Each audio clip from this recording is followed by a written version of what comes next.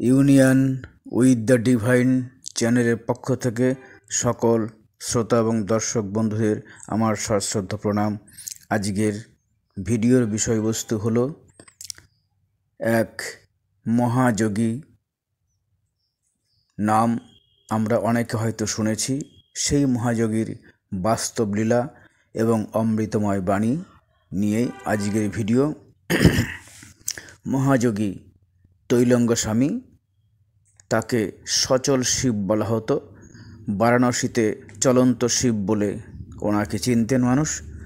ওনার বাস্তব লীলার এক ঘটনা বলে তারপর বাবার অমৃতময় কিছু বাণী, যেটা মানব জীবনের ক্ষেত্রে খুবই মূল্যবান। তার যে অমৃতময় বাণী সেটা মানুষের জীবনকে তৈরি করার জন্য যথেষ্ট। আসা যাক ঘটনাতে। কার্তিক মাসের শুক্লা পঞ্চমী তিথিতে ঘটনাটা হলো রামেশ্বরে। এই কার্তিক মাসের শুক্লা পঞ্চমী তিথিতে রামেশ্বরে মেলা অনুষ্ঠিত হয় খুব জাঁকজমকভাবে। সেখানে ওই রামেশ্বরের পুজো উপলক্ষেই এখানে মেলা বসে, এবং এই মেলার বৈশিষ্ট্য হলো এই মেলায় অনেক সাধু সন্ন্যাসীর সমাগম হয়। তো মেলা চলছে রাত্রিকাল। তখন মেলাতে একটি ঘটনা ঘটে যায়। এক পরিবার মেলাতে আসে এবং সেখানে একজন ভদ্রলোক ওনার স্ত্রীর সঙ্গে মেলা পরিদর্শনে আসে। সেখানে হঠাৎ করে ভদ্রমহিলার স্বামী অসুস্থ হয়ে যায় এবং সঙ্গে সঙ্গে সেখানে লোকজন এবং যে বৈদ্য বা ডাক্তার বা চিকিৎসক কাছাকাছি, তার কাছে নিয়ে যাওয়া হয়, দেখানো হয়, এবং শেষ পর্যন্ত লোকটি মারা যায়। এই অবস্থায় হঠাৎ করে কিছু লোকজন নিয়ে সেই ভদ্রমহিলা, যেহেতু অনেক দূর থেকে গেছিলেন মেলাতে, সেই জন্য ফেরার পথে অনেক দূর হয়ে যাবে, সেই জন্য কাছাকাছি কোনো এক শ্মশানে নিয়ে যাওয়ার জন্য সব ব্যবস্থাপনা করে সব দেহকে নিয়ে কাছাকাছি এক শ্মশানের দিকে রওনা হন। আর শ্রীমৎ তৈলঙ্গ স্বামীর সবসময় নির্জন স্থান পছন্দ। তার চিরপছন্দের জায়গা হলো নির্জন স্থান, যেখানে মানুষ থাকে না, এবং বিশেষ করে শ্মশান। তাই মেলা থেকে কিছুটা দূরবর্তী একটা শ্মশান ভূমির দিকে ওই মরা নিয়ে মেলা থেকে রওনা দিয়েছেন। কিন্তু তখন ঝড়ো বাতাস বইছে, কনকনে ঠান্ডার সময়। কিন্তু তৈলঙ্গজি উনি ধ্যানে বসে গেছেন শ্মশানের মধ্যে। হঠাৎ বাতাসে বেয়ে একটা সুস্পষ্ট আওয়াজ স্বামীজির কানে ভেসে আসে, হরিবোল ধ্বনি। এই আওয়াজটা গুরুজির কানে আসে। সেইখানে পরিস্থিতি এরকম, জনমানব শূন্য শ্মশান, সেখানে কেউই নেই। কিন্তু এই শ্মশানে এমনই এক অলৌকিক জ্যোতি পরিবৃত্ত সন্ন্যাসীকে দর্শন করে। যারা মরা নিয়ে এসেছিল তারা, এবং যিনি নিজেকে আর ধরে রাখতে পারছিলেন, অর্থাৎ মৃত ব্যক্তির পত্নী, এই মৃত ব্যক্তির পত্নী এই সন্ন্যাসীর কৃপা ভিক্ষা লাভের জন্য সমুদ্র সম ব্যাকুল হয়ে উঠেছিল তার বুকখানা। তিনি উন্মাদিনীর মতো তৈলঙ্গ স্বামীর শ্রীচরণে লুটিয়ে পড়ে আর্তকণ্ঠে, এবং সবাইকে বলে যে তোমরা মৃতদেহকে এই তৈলঙ্গজির সামনেই তোমরা রাখো। তিনি ঠাকুরকে বললেন, হে ঠাকুর, তুমি শিব, কাল রাত্রে স্বপনে তোমাকেই আমি দেখেছি। কেবল মিটিমিটি হাসছিলেন তখন। কিন্তু ঠাকুর, আমি তো সামান্য এক নারী, আমার মাথার সিঁদুর মুছে দেবে বলেই যে এরকম করে তুমি হাসছিলে, সেই সত্য আমি কেমন করে জানবো বলো ঠাকুর, কেমন করে জানবো বলে তৈলঙ্গ স্বামীর কাছে বলছেন। তৈলঙ্গ স্বামীর প্রস্তরের মতো অচঞ্চলভাবে ধ্যানেই মগ্ন। এদিকে বিদ্যুৎ খেলে যাচ্ছে, ঝোড়ো বাতাস।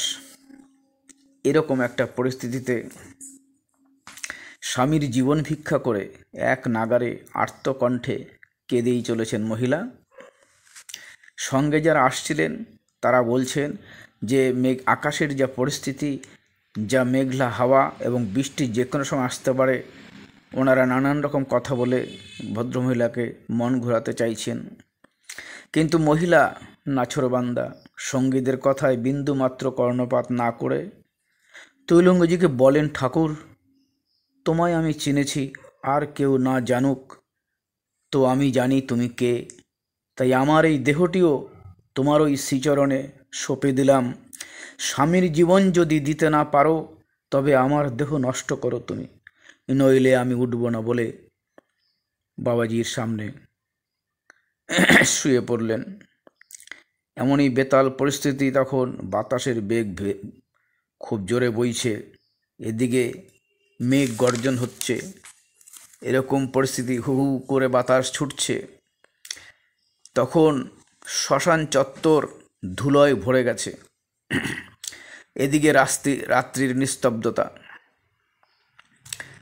হঠাৎ করে এই প্রস্তরের মূর্তি, এই তৈলঙ্গজির দেহ হঠাৎ করে প্রাণের স্পন্দন হলো, অর্থাৎ উনি ধ্যান থেকে জাগরিত হলেন। অপলক চোখে তাকিয়ে রইলেন সকলে, স্বামীজির দিকে তাকিয়ে রইলেন। দেখলেন ঢুলু ঢুলু নয়নদয়। এতক্ষণে সম্পূর্ণ উন্মুক্ত করলেন তৈলঙ্গজি, অর্থাৎ চোখ খুলে তাকালেন। তারপর শোকাতুরা মহিলাটার দিকে দৃষ্টি রেখে বললেন, ওরে তুই কাঁদছিস কেন, কি দুঃখ তোর? জবাব দেন মহিলা। কোনো জবাবই তার নেই, তিনি কাঁদতে থাকেন। হঠাৎ যেন দৃষ্টি পড়ে ঠিক এমনই বিস্ময়ে এবারে বলে উঠলেন তৈলঙ্গজি, ওরে তোরা কার এই দহন কার্য করতে এসছিস? তোরা কাকে এই শেষ করবি বলে নিয়ে এলি? অদ্ভুত এই প্রশ্নে সবাই সবার দিকে তাকাতে লাগলো যে এ আবার কীরকম প্রশ্ন। উনি দেখতে পাচ্ছেন না যে চোখের সামনেই তো রয়েছে চাদরে ঢাকা মরদেহ? তাহলে সর্বজ্ঞা সাধু কি ও দেখতে অক্ষম? এমন একটা অবস্থায় হঠাৎই আসন ছেড়ে উঠে দাঁড়ালেন তৈলঙ্গজি। তারপর দড়ির খাটিয়ায় শায়িত সাদা চাদরাবৃত মৃত ব্যক্তির মুখখানা দেখেই বলে ওঠেন, ওরে এ তোরা কী করেছিস? জ্যান্ত মানুষকে পুড়িয়ে মারবি নাকি? সঙ্গে সঙ্গে যেই এই কথা বলা, সবাই অবাক। এক বৃদ্ধ বলেই উঠলেন, মানুষটা যদি জ্যান্তই হবে তবে আমরা তাকে পোড়াতে এসেছি কেন? কবিরাজ বৈদ্যরা তো বলেই দিয়েছে উনি মারা গেছেন। মৃত ব্যক্তির পত্নী কিন্তু কেঁদেই চলেছেন একইভাবে। তৈলঙ্গজি বাধা দিলেন হঠাৎ, বললেন, মা তুই অযথা কাঁদছিস কেন? তোর স্বামী তো জীবিতই। ধরফর করে উঠে বসেন মহিলা, যেন বিশ্বাসী হতে চায় না এমন ভঙ্গিতে বললেন, বাবা। বলছেন, বাবা আপনি মহাদেব আমি জানি, কিন্তু আমার স্বামী যে জীবিত তা বুঝবো কী করে? তৈলঙ্গজি এবারে হাসলেন, হেসে বললেন, আয় আমি তোকে বুঝিয়ে দিচ্ছি বলে হঠাৎ উঠে দাঁড়ালেন তৈলঙ্গজি। তারপর চাদরে মোড়া মৃতদেহের মাথার অংশটুকু খুললেন। চাদর খুলে মৃত ব্যক্তির যে ভ্রু মধ্যস্থ জায়গা, অর্থাৎ দুই ভ্রুর মাঝখানে যে জায়গাটা, সেই অংশে তার দক্ষিণ হাতের বুড়ো আঙ্গুলটা দিয়ে একটু ছোঁয়ালেন কেবল, এবং মুহূর্তের মধ্যে অলৌকিক ঘটনা সংঘটিত হলো। ঠিক তখনই নিমিষে যেন সজীব হয়ে উঠল মৃত ব্যক্তির মুখমণ্ডল। পূর্বের সেই হলদেটে ভাব দূর হয়ে ধীরে ধীরে যেন রক্তের পরশবে স্বাভাবিক বর্ণে পরিবর্তিত হলো তার দেহ, এবং উপস্থিত ব্যক্তিগণকে সুগভীর এক বিস্ময় সমুদ্রের একেবারে তলদেশে নিমজ্জিত করে এরপরে চোখ মেলল সেই মৃত ব্যক্তি।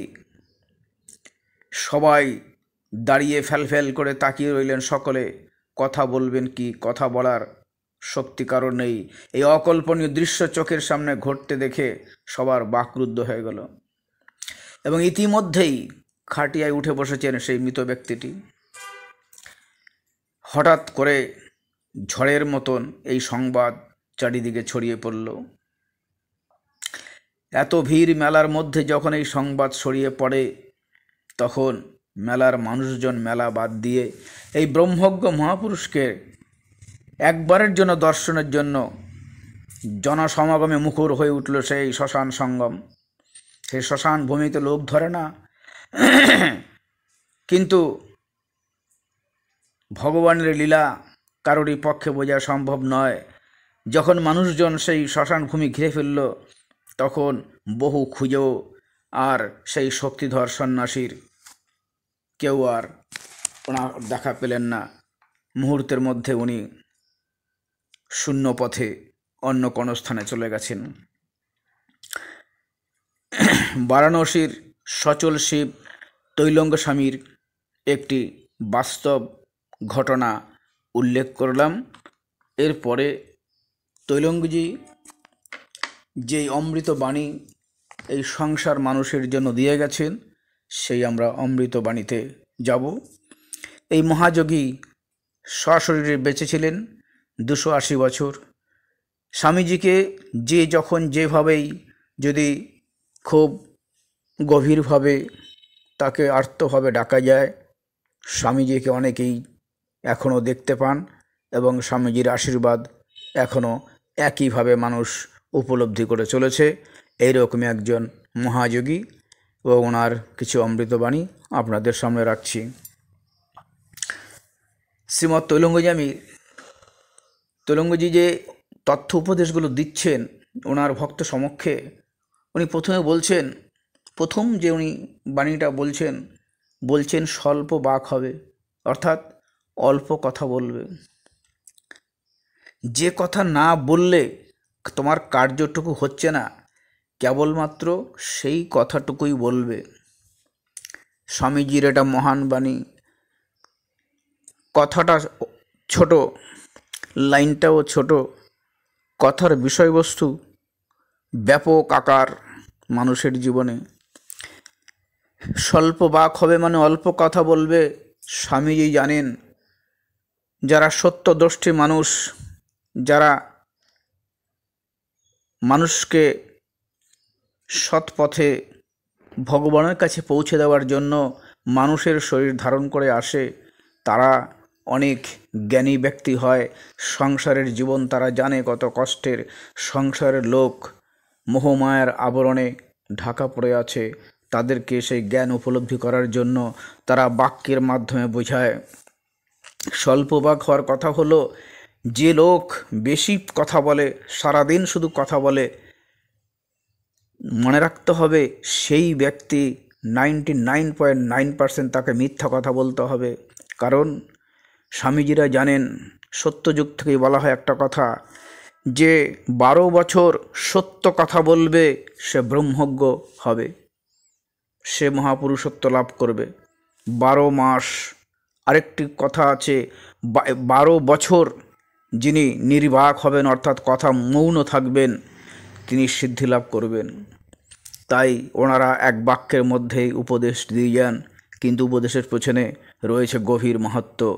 তাই ঘুরিয়ে স্বামীজিরা বলছেন যে স্বল্প বাক হয়, অর্থাৎ যেটুকু সম্ভব কথা না বললে শুধু সেইটুকু কথা বলবেন। কারণ কথা হলো ব্রহ্মশক্তি। এই ব্রহ্মময় পৃথিবীতে এই যে ব্রহ্মশক্তি, যে কথাটা যে শক্তি, এটা কি করে বুঝব? এই কথাটা বলার সময় আমাদের যে নাভি আছে, সেই নাভির ওখান থেকে শব্দ বা ব্রহ্ম উৎপন্ন হয়। শব্দকে বলা হয় নাদ ব্রহ্ম। যোগীরা এই নাভিতে মন সংযোগ করেন এবং এখান থেকে নাদ ধ্বনি শুনতে পান, ওঙ্কার ধ্বনি শুনতে পান। ক্রিয়াযোগের মধ্যে আছে এটা, যারা যোগের লাইনে আছেন তারা বুঝতে পারছেন। তো এই যে বাক শক্তি, এই শক্তিকে যদি আপনি ঠিক কাজে লাগাতে পারেন, আপনার জীবনে আমূল পরিবর্তন হবে। কীরকম? সর্বদা সত্য কথা বলতে গেলে আপনাকে অল্পবাক হতেই হবে। কথা সাবধানে বলতে হবে। কথার মধ্যে দিয়ে যে মহা পাপ আমাদের প্রতিনিয়ত ঘটছে, আমরা কেউ সজাগ নেই। কথা বলার সময় খেয়াল রাখতে হবে আমার কথাতে কোনো প্রাণীর অন্তরে যেন কষ্ট না হয়, কারণ প্রত্যেকটা প্রাণীর অন্তরে আমার মধ্যে যে ভগবান রয়েছেন, প্রত্যেকটা প্রাণীর অন্তরে সেই একই ভগবানই বিরাজ করছেন। সেই জন্য কথা এমনভাবে বলতে হবে যেন অন্যের হৃদয়ে গিয়ে আশার আলো হয়, আনন্দ পায়, ঈশ্বরের কথা শুনতে পায়। এই কথা বলার মাহাত্ম্য একটুখানি বলতেই হলো, না হলে হয়তো বাণীটা সকলের হয়তো অতটা বোঝা যেত না। সেই জন্য এটা বললাম যে এই বাকশক্তির বিরাট ক্ষমতা। যখন আপনি কথা বলছেন তখন মাথার তালুতে হাত দিন, ওখানে ভাইব্রেশন হতে থাকবে। কথা যদি বলতে হয় ভগবানের নাম বলতে হবে বারবার। এই জন্য জপের সাধনার কথা বলা হয়েছে। এই জপ সাধনার কথা বলা হয়েছে যে বারংবার ভগবানের নাম উচ্চারণ হলে সেখানে বিদ্যুতের তরঙ্গ উৎপন্ন হয় এবং বারবার মন্ত্র উচ্চারণের মাধ্যমে সংসারী মানুষ ঈশ্বর প্রাপ্তি ঘটে। সেই জন্য শব্দ ব্রহ্ম, তাই কথা অল্প বলতে বলছেন। দ্বিতীয় বলছেন যে যার ধর্ম বিশ্বাস তার সেই ধর্মেই মুক্তি, অর্থাৎ শুধু বিশ্বাসটুকু দরকার। ব্যাকুল হয়ে যে তাকে ভাবেন তিনি তার ডাকে অবশ্যই সাড়া দেন। কথাটা কিন্তু শুধু বলে যাচ্ছি, কিন্তু কথাটা ভাবার বিষয় আছে। ডাকবে কিভাবে? ব্যাকুল হয়ে তাকে ভাববেন। ব্যাকুল হয়ে ভাবতে বলছেন। ব্যাকুল মানুষ কখন হয়? নিজের আপনজন যখন মারা যায়, নিজের সন্তান সন্ততি যখন মৃত্যুমুখে পতিত হতে যাচ্ছে, অর্থাৎ এমন কোনো রোগ হলো কারোর, তার আর কোনো দিশা নেই, তখন মানুষ ব্যাকুল হয়। তাই বলছে শব্দটা ছোট, অর্থ বৃহৎ। ব্যাকুল হয়ে তাকে ভাবেন, তিনি তার ডাকে অবশ্যই সাড়া দেবেন। কথাটা কে বলছেন? 280 বছর শরীরে ছিলেন এবং বারাণসীর চলন্ত শিব বলা হতো তাকে চলন্ত শিব বলা হতো। এইরকম একজন বড় মহাপুরুষের কথা বলছেন যে ব্যাকুল হয়ে তাকে ভাববেন, তাহলে তার ডাকে অবশ্যই ভগবান সাড়া দেবে। তারপরে বলছেন তৃষ্ণা, অর্থাৎ বাসনায় মানুষের ভয় এবং দুঃখ এবং অন্ধকারে রাখে। তাহলে মানুষ ভগবানকে কেন চিনতে পারে না? উনি বলছেন এক কথায় তৃষ্ণা, অর্থাৎ বাসনা। বাসনা যদি মানুষের মধ্যে ক্রমশ বাড়তেই থাকে, তাহলে সে নিশ্চিত ভগবানকে ভুলে থাকবে এবং সে অন্ধ হয়ে থাকবে। অন্ধ বলতে অর্থাৎ এই পার্থিব জগতে সব কিছু নিয়ে সে ব্যস্ত, সে কখন আর ভগবানকে চিনতে বা বুঝতে চাইবে না। সেই জন্য বলছে যে তৃষ্ণা, অর্থাৎ এই তৃষ্ণা কমাতে হবে, বাসনা কমাতে হবে। তারপরে বলছেন চিন্তা ত্যাগ করলে মানুষ সকল দুঃখ থেকে অব্যাহতি পায়, অর্থাৎ কখনো চিন্তা করবেন না।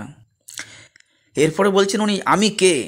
এই পা থেকে মস্তক পর্যন্ত যদি আমরা বিচার করে দেখি, তাহলে আমির আর হদিশ পাবো না। একমাত্র জ্ঞান স্বরূপই হলো আমি।